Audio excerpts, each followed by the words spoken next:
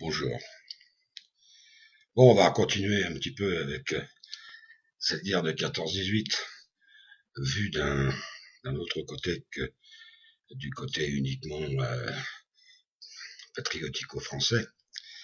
On va voir ça d'un côté que je dirais pas neutre. On va revenir en Lorraine, on va revenir à Sarralbe, et on va raconter, si possible, quelques anecdotes. Il y en a une qui me revient en mémoire, c'est mon père qui me l'a raconté. Et ça devait se passer certainement au début de la guerre, parce que l'aviation n'était pas encore trop développée. Mais, quand même, l'aviation servait de plus en plus d'observation pour l'artillerie. Or, pas très loin de Sarralbe, à Sarreguemines, il y avait un terrain d'aviation allemand. La zone était assez surveillée par l'aviation anglaise. Et un jour,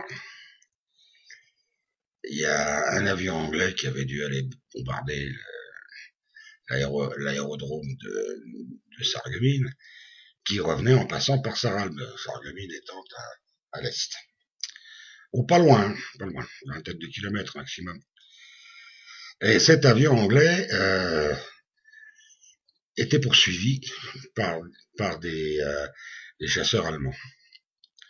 Les gamins, dont faisait partie mon père, étaient à l'école. Mon père devait à l'époque avoir, mettons, 10 ans, 11 ans. Donc les gamins étaient à l'école, en classe genre classe de 7e ou 8e. Ils entendent les bruits d'avion, ils se précipitent en dehors de la salle de classe, qui était à côté de l'église, et mon père et deux copains foncent dans l'église, rentrent dans l'église qui ressemble d'ailleurs à une cathédrale, c'est la cathédrale de Cologne en miniature. Donc foncent dans l'église, montent à 4 à 4 les étages qui mènent au clocher, et ils assistent presque à hauteur d'avion, parce que c'est quand même assez haut là-haut, sur la tête à une cinquantaine de mètres. Ils sont plus près de la bataille, et ils assistent à la bataille entre ce malheureux Anglais et deux Fokker allemands. L'Anglais est abattu, il essaie de sauter en parachute, son parachute se met en vrille, et il tombe comme une pierre dans le champ à côté de la Sarre. Alors tout le monde se précipite, évidemment, l'avion va se casser la figure un peu plus loin. Tout le monde se précipite, et là, les gens ont vu le premier aviateur mort de cette guerre mondiale.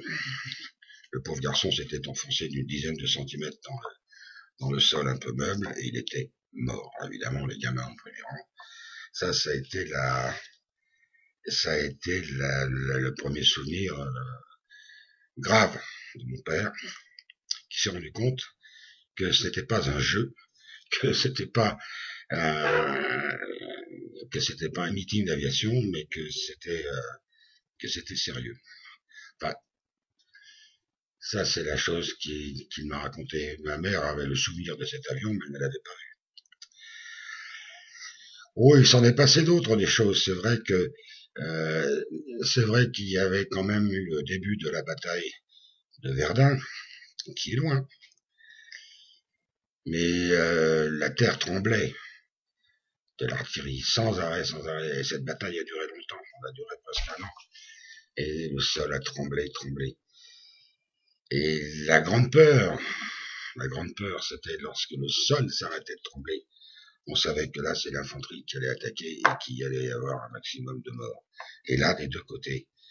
En Lorraine, il y en avait quelquefois des deux côtés, mais la grande majorité était quand même du côté allemand. Et quelqu'un que ma mère a apprécié beaucoup, qui était en fait un employé délégué par l'usine où travaillait mon grand-père. C'est un gamin qui avait 18 ans et qui a été appelé et qui a été tué à Verdun. Enfin, pour vous dire que c'était une atmosphère lourde. Ma mère qui m'en a parlé, ma grand-mère très peu, parce que elle est morte quand j'avais 5 ans, donc je savais peu de choses. Si, elle chantait une chanson peut-être de Déroulède, je sais pas qui s'appelait L'Oiseau de France. Enfin, c'était un avion. Ah, ils étaient dans le patriotisme, alors jusqu'aux oreilles, c'était pas croyable. On m'a raconté d'autres faits marquants, mais les deux faits les plus marquants, c'est quand même cet avion. C'est aussi ce retour des prisonniers de la bataille de Morhange, et puis en permanence cette atmosphère lourde d'attendre sans arrêt qu'une lettre puisse arriver et annoncer la mort d'un proche, d'un fils, de la famille. La faim, parce que vous n'avez pas vraiment à manger, et puis les corvées. On envoyait les enfants des écoles ramasser des orties. L'ortie est une fibre qui permet de faire du tissu et aussi des tissus médicaux grâce aux vertus de l'ortie qui est anti-inflammatoire. Ça servait à faire des pansements autour des moignons des amputés. On ramassait les glands aussi pour les cochons. Les enfants, qu'est-ce qu'ils devaient ramasser encore? Des nèfles. Enfin, tout ce qui pouvait se grappiller dans la forêt était grappillé. Et puis un jour, cette guerre s'est terminée. Ben, ça fera l'objet d'un long chapitre. À bientôt.